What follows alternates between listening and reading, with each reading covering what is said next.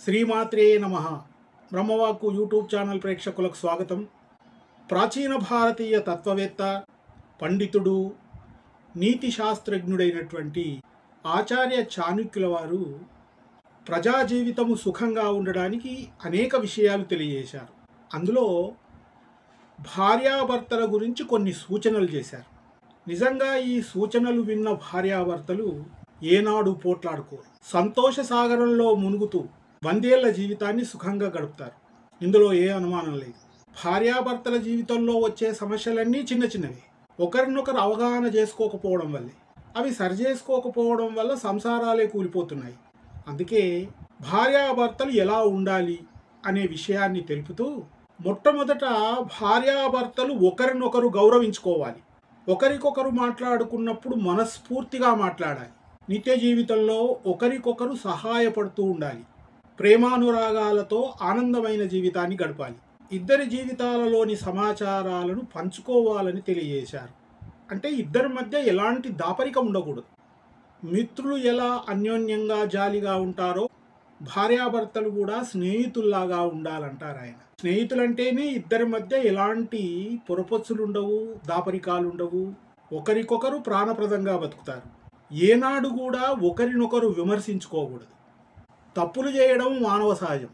భర్త తప్పు చేసినా, భార్య తప్పు చేసినా ఒకరి తప్పులు ఒకరు ఎత్తి చూపకూడదు. ఎదుటివారి తప్పులను చూపెట్టే ముందు మన వెనకాల ఎన్ని తప్పులున్నాయో గుర్తించాలి. తప్పులెన్ను వారు తమ తప్పులెరుగరన్నారు. భార్యాభర్తలంటేనే దినదినము ప్రేమ అభివృద్ధి చెందాలి.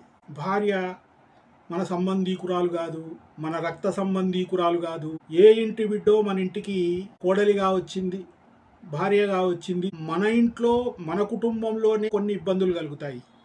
మరి ఎక్కడి నుంచో వచ్చినటువంటి ఆడబిడ్డ ఇక్కడ సర్దుబాటై అందరితో కలిసిమెలిసి ఉండాలంటే మరి భగవంతుడు అలాంటి ఓర్పు నేర్పు స్త్రీకే ఇచ్చిండేవు.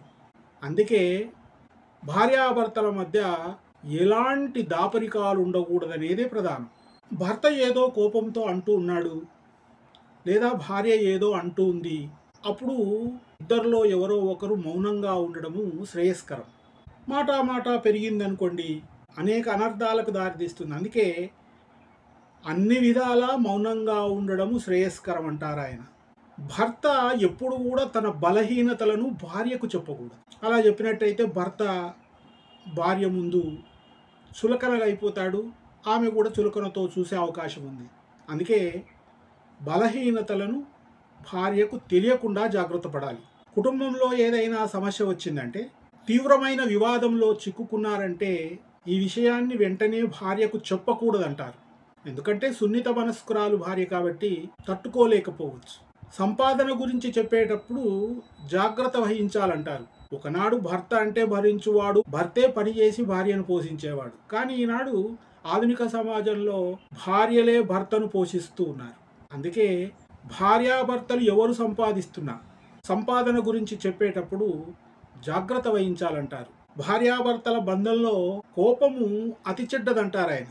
అంతే కదా, కోపంలో భర్త ఉన్నాడు అనంటే భార్య కూడా కోపంతో ఉందనుకోండి, లేదా భార్య కోపంతో ఉంటే భర్త కూడా కోపగించుకున్నాడు అనుకోండి, ఏమవుతుంది? కోపముతో ఉన్న వ్యక్తికి మంచేదో చెడేదో నిర్ణయించుకునే శక్తి ఉండదు. అలాంటప్పుడు వివాహ జీవితంలో సమస్యలు తలెత్తి బంధాలు విచ్ఛిన్నం కావచ్చని ఆయన తెలియజేశారు. ఇద్దరి మధ్య కమ్యూనికేషన్ సరిగ్గా ఉండాలంటారు ఆయన. ఒకరికొకరు మనసు విప్పి మాట్లాడుకోవాలి. అపార్థాలు పెరిగిపోతాయి, సంబంధాలు బలహీనపడతాయి. పెళ్ళైన తర్వాత భర్త భార్య అబద్ధాలు చెప్పుకోకూడదు. భర్త ఇంటికి రాలేదు, ఎక్కడున్నారండి అని ఫోన్ చేస్తే ఇదిగో దారిలో ఉన్నానంటాడు, కానీ ఆయన ఎక్కడో స్నేహితుల దగ్గరో ఏదో కార్యంలో మునిగి ఉంటాడు. అనుకున్న సమయానికి రాడు. ఏమవుతుంది? వివాదాలు ఏర్పడతాయి. అందుకే సాధ్యమైనంత వరకు అబద్ధాలకు తావివ్వకూడదు. అలాగే సత్యాన్ని దాచకూడదు. మీరు చేసినటువంటి పొరపాటు ఏదైనా సరే నిజమైన విషయాన్ని చెప్పినట్టయితే అప్పుడు పూర్తిగా బాధ కలగొచ్చు, కానీ తర్వాత సర్దుకుంటుంది. కానీ సత్యాన్ని దాచినట్టయితే అది నీ మనసును తొలిచివేస్తుంది, ఎదుటివారి మనసును కూడా తొలిచివేస్తుంది. అందుకే సత్యాన్ని దాచకూడదు. భార్యాభర్తల మధ్యలో వచ్చేటటువంటి చిన్న చిన్న సమస్యలు ఈనాడు కౌన్సిలింగ్ ఇచ్చి సరిచేస్తున్నారు. బయటపడడం ఎందుకు? విద్యావంతులు, చదువుకున్నవారు, తెలివైన వారు మీలో వచ్చినటువంటి విభేదాలను మీరే ఎదురెదురుగా కూర్చొని మాట్లాడుకొని సరిదిద్దుకున్నట్టయితే మీ జీవితము నూరేళ్ల పంటే. భార్యాభర్తల బంధము అతి పవిత్రమైనది. అవసాన దశలో కూడా ఒకరికొకరు సేవ చేసేది భార్య భర్తకు, భర్త భార్యకు మాత్రమే. ఇది జీవిత సత్యం. కొడుకు కోడలు, బిడ్డ అల్లుడు సేవ చేస్తారేమోనని అనుకోవడము ఊహ మాత్రమే.